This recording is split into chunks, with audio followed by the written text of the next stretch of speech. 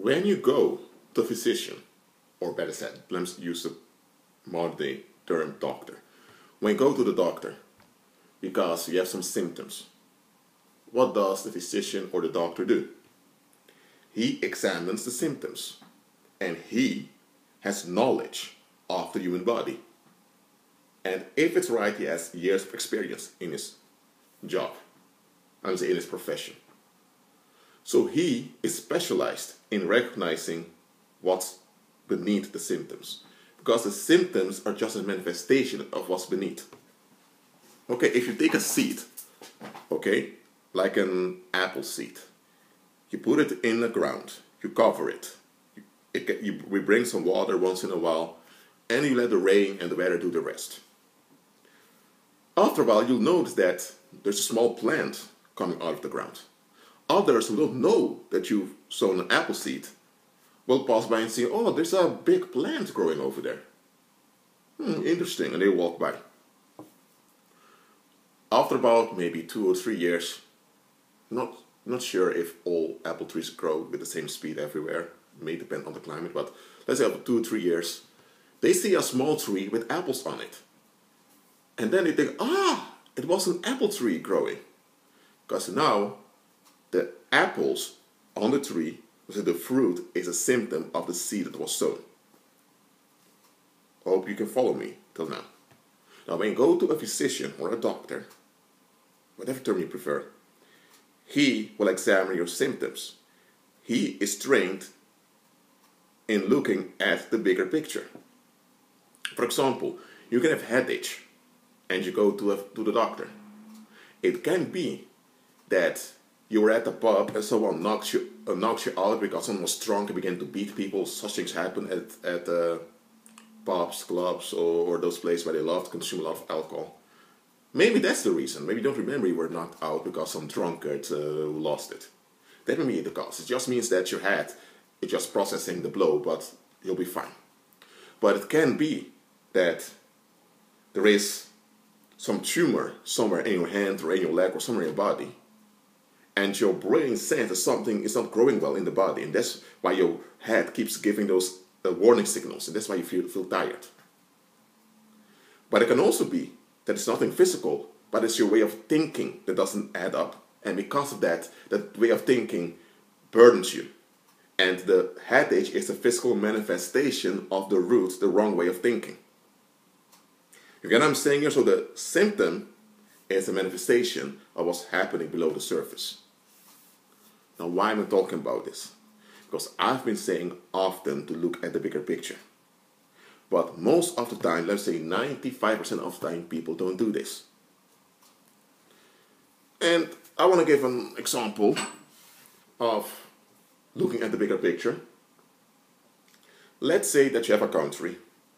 Okay, let's take the United States for this case, in which there is a negative perception of black folks, or Afro-Americans, or Hebrew Israelites, whatever label you prefer. Black folks have a negative image, though, to media. Because anytime they tend to focus on something negative, some individual that's black is doing. For example, you may have 25 black entrepreneurs who are successful, who are also creating jobs for other people, including so-called white people and people from other ethnicities, but the media won't cover those. But they'll go after a few thugs in the street, and they'll zoom on that. So over time, there's discrimination against blacks, and despite blacks being successful, they're often not acknowledged. So the media, the mainstream media there, has its power based on negative reinforcement, in the sense that they keep the population distracted by focusing on black folks. I mean, among black folks that are in the negative. That's what they focus on. So everyone can feel relieved, at least we're not like those black folks over there. Even some of the black folks themselves may feel pride, they're not like them. That's negative reinforcement. Let's say now that from the black community, well, I'm using terms that they're also using me now. I don't want to mislead you. Let me say from the black community, to call it like that. From amongst the blacks, you have a group that rises up. This group is divided, so it's not really that much of a group. Let me say this movement, even though they can be a bit offensive in the language, they do point out, we black folks, we deserve our right on the earth, so we deserve our place in the world, and we don't take this oppression anymore. If it's just a small vigilante group, you don't have to worry about it, people will forget about it, and other black folks, out of envy and jealousy, will fight against them, because that also happens. But let's say this group becomes organized, and they use social media to reach people, and even get funding through donations. And let's say that after a while, they become a power in themselves. They have their own small economy, even though they are so fractured, they have their own small economy, and they have influence. And you can't deny the influence. Now, if the white supremacist media depends on negative reinforcement at the expense of black folks, then they can't have such a group standing up and having influence. Because once that group stands up and has influence, the population will begin to see what's going on, and the spell will break. And it's this spell that keeps the population trapped in a state of anxiety. So even though that group may not be Christ-centered, the fact that they oppose the darkness and they are persistent in it becomes a threat to those that want to keep the population in the dark. So what happens is they begin to attack that group. They begin slowly trying to denigrate them, to talk down on them. And when that doesn't happen, they become more and more aggressive.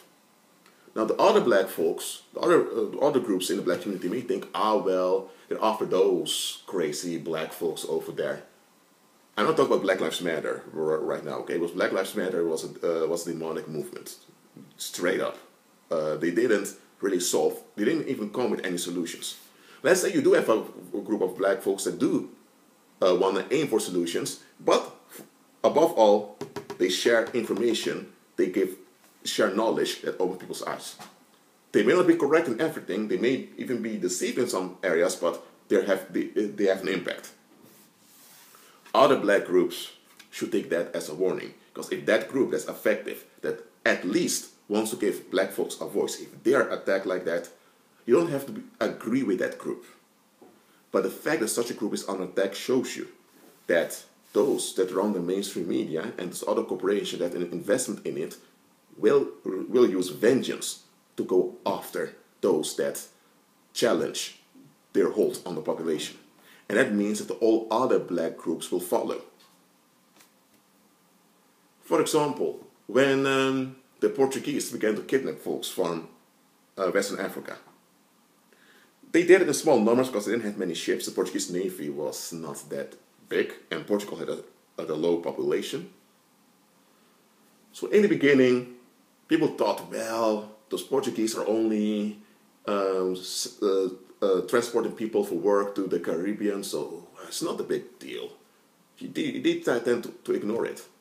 What happened later, the Spaniards became involved, and they used bigger ships. And then there were other excuses. Some families, some regions thought, well, they're going to the Yahawida coast, which was another name for the Kingdom of Judah in West Africa. They go over there, so they won't bother us. We're fine over here. Well, soon, let's say, in the early 1600s, they came for the whole of West Africa. And now they were all targeted.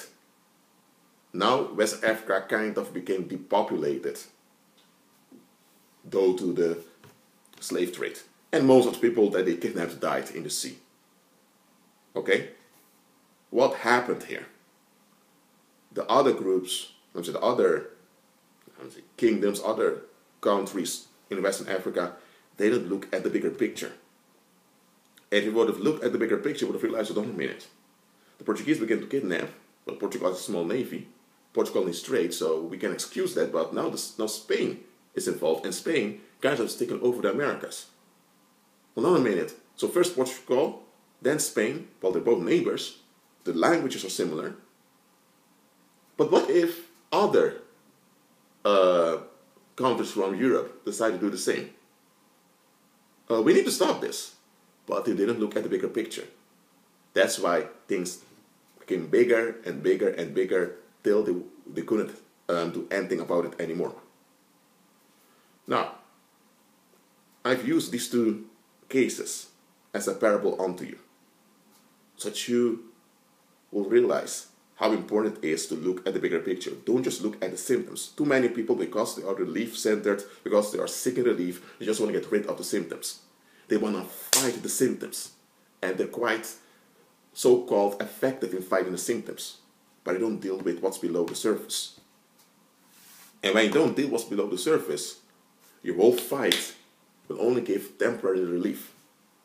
After a while, that same thing that's below the surface will resurface in another way. And likely it will resurface in a far worse way that you didn't expect. So, when you walk by faith, realize that you need to look at what's below the surface.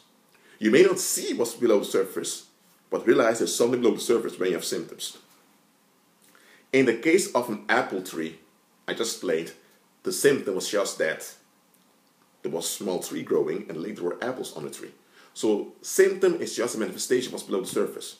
Now, in the case of an apple tree, there's nothing wrong with the symptoms of seeing a small tree growing, and eventually it becomes a big tree with apples, okay?